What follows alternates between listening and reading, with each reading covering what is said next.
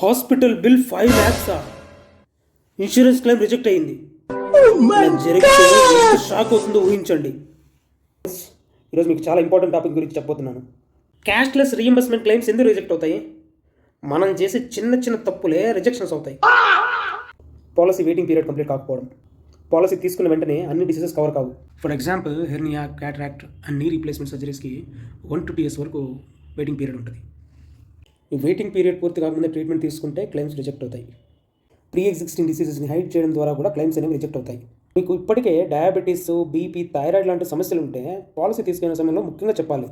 ఒకవేళ హైడ్ చేస్తే insurance company medical డాక్యుమెంట్ని verify చేసి క్లెయిమ్స్ని రిజెక్ట్ చేస్తుంది. పాలసీ అనేది యాక్టివ్గా ఉండాలి. ప్రీమియం డ్యూ డేట్ మిస్ అయితే పాలసీ అనేది ల్యాప్స్ అవుతుంది. ల్యాప్స్ అయితే ₹1 కూడా క్లెయిమ్ అవ్వదు. నాన్ నెట్వర్క్ హాస్పిటల్లో క్యాష్లెస్ క్లెయిమ్ సబ్మిట్ చేయడం. క్యాష్లెస్ ఫెసిలిటీ కావాలంటే ముందుగా మీరు నెట్వర్క్ హాస్పిటల్లోనే జాయిన్ అవ్వాలి.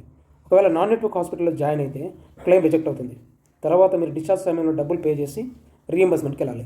రీఎంబర్స్మెంట్ సమయంలో డాక్యుమెంట్స్ని ప్రాపర్గా సబ్మిట్ చేయకపోవడం, ఒరిజినల్ క్లెయిమ్ డాక్యుమెంట్స్ సబ్మిట్ చేయకపోవడం, అందులో ముఖ్యంగా discharge summary, final bill, payment receipts ఇలా తదితర డాక్యుమెంట్స్ని మిస్ చేయడం వల్ల కూడా క్లెయిమ్ అనేది రిజెక్ట్ అయ్యే ఛాన్సెస్ ఎక్కువ ఉంటుంది.